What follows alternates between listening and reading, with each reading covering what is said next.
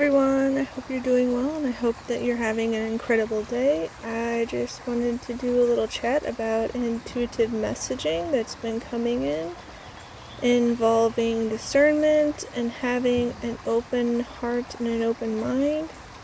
So, I know a lot of people can get into, and this isn't to everyone, but there seems to be this trend nowadays where a lot of people get into these echo chambers where people just repeat back, your same viewpoint, and everything's hunky-dory when everyone's, on the same page. But if anyone else, diverts a little bit, then there seems to be all this chaos and friction and drama and lashing out.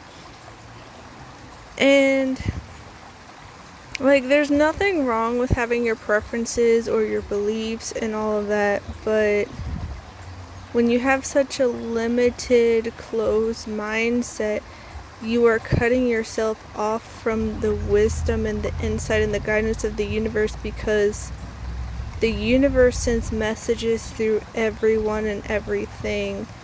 And you might be like, this person is the worst, blah blah blah blah. Maybe you don't agree with their stances on a lot of things, and you don't really like their personality and whatnot, but the universe may be using them as a conduit to give you important insight and guidance, because everyone has different strengths, everyone has different experiences, everyone has different gifts, everyone has different insights and perspectives. So while you may not agree with them on 99.9999999% of things, and you may not want to be buddies with them and all that, that doesn't mean they have important information that could, benefit you profusely. And the universe will use these unlikely messengers to drive home points that you need to hear that you hadn't considered, because when you're in your echo chamber, you don't get fresh insights, you don't get other sides of the stories, you don't, get these fresh insights and perspectives that you wouldn't have had otherwise, because everyone's on the same page. And that's not to say that you need to be best friends with this person, you need to marry them, you need to work with them on projects or anything. They could just, show up in your life to give you this, little golden nugget of insight and then be on their way. And it just makes me think about this episode back in the original Pokemon, way back when, and Ash and Team Rocket and all them were doing this test, and there was this silhouette, and they're like, which Pokemon is this? And they're all like, oh, it's Voltorb, oh, it's Electrode, oh, it's a Pokeball. And it turns out it was a Jigglypuff from above. And that's just illustrates the point that your perspective can drastically skew your perception of the world. If you're looking at something from above, it could look completely different head on, from the back, all these things. And it's by getting these different insights and perspectives that you get a fuller picture, that you can have a better understanding, that you can show up better in the world and make more informed choices. But when you only stay in your echo chamber, you are denying yourself that. And this metaphor of food and cooking and baking comes to mind. When you just have one perspective, it's like having one type of food or one ingredient. Let's say it's tomatoes. Tomatoes are well and good. Nothing against them, nothing wrong with them. They can be tasty.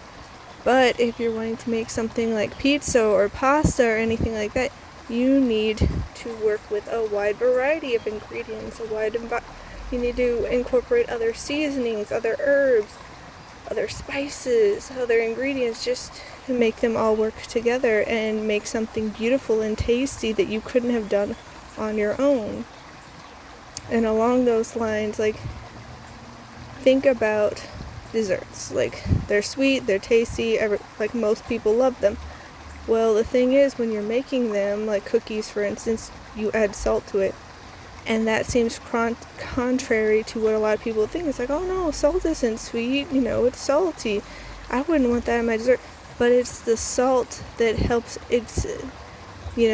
strengthen the sweetness to make it even better. So by taking perspectives and insights and viewpoints and listening to a wide variety of people and then taking it all together and synthesizing it together, your own viewpoints, your own understanding, your own insights, your own wisdom will be all the better for it. And the thing is, as I mentioned in the beginning of Discernment, take what resonates and leave the rest. You don't need to convert to someone else's belief system. You don't need to just be like, oh, they obviously know everything and I don't. We're all human. We all have a limited experience. We all have a limited perspective, a limited understanding. But when we join together, we have such a fuller picture. It's like everyone has different puzzle pieces and they all come together, we get the big picture. So by using our discernment, having an open mind, an open heart, willing to actually listen to other people, even if they're on the quote-unquote other side, even if we don't agree with them on everything, they could have these golden nuggets of insight and wisdom that we would not have come across otherwise if we didn't listen to them, if we didn't talk to them. So have an open mind, have an open heart, be willing to engage in conversations with people you disagree with just to see and have a fuller understanding. And that doesn't mean you need to be best friends with them or get married to them or start all these projects with them, be business partners, all these things. It's okay to just have conversations with them every now and then. See where they're at. See if there's anything they have to offer that resonates that you can take. You can pick and choose. You don't need to take it all. It could just be a fraction of the conversation. If you're like, you know what? That's an interesting perspective. That is something I hadn't considered. I'm going to mull that over and see where that takes me. See if I can fit that in with my understanding or not.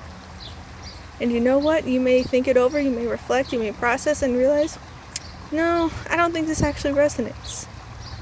Or maybe it only partially resonates, so I'm going to think it over, I'm going to, mull it over, and sort of like the tumbling process with rocks, where they start off rough and natural, and then through the tumbling process they get smooth, they get shiny, they get polished, they get refined. So you might do that with the insights and ideas and, nuggets that you get from other people. It doesn't mean you have to keep them as they were when you received them. You can take them and make them your own.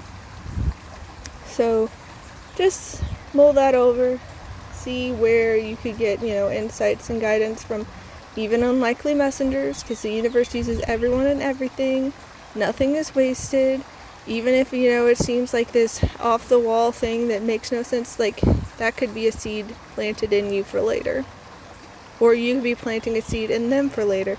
Sometimes it takes a while to germinate and grow and flourish. Sometimes it takes a while to make sense. So trust the process. Remember to keep that open mind and open heart and see what insight and guidance and messaging and nuggets of wisdom that the universe has for you. Because the universe loves us all, it protects us all, it guides us all, it nurtures us all, and it wants the best for us. It wants us to thrive and to become our best versions of ourselves. We can't do that if we stay in an echo chamber and we refuse to listen to anybody else. Doesn't mean we have to agree with them, but we got to keep that open mind and open heart so we can, get fertilized and get nurtured and get that water and sunlight, even if it's from unexpected places. So I'm wishing you all a wonderful rest of your day. Please take care, and I'll see you next time. Bye!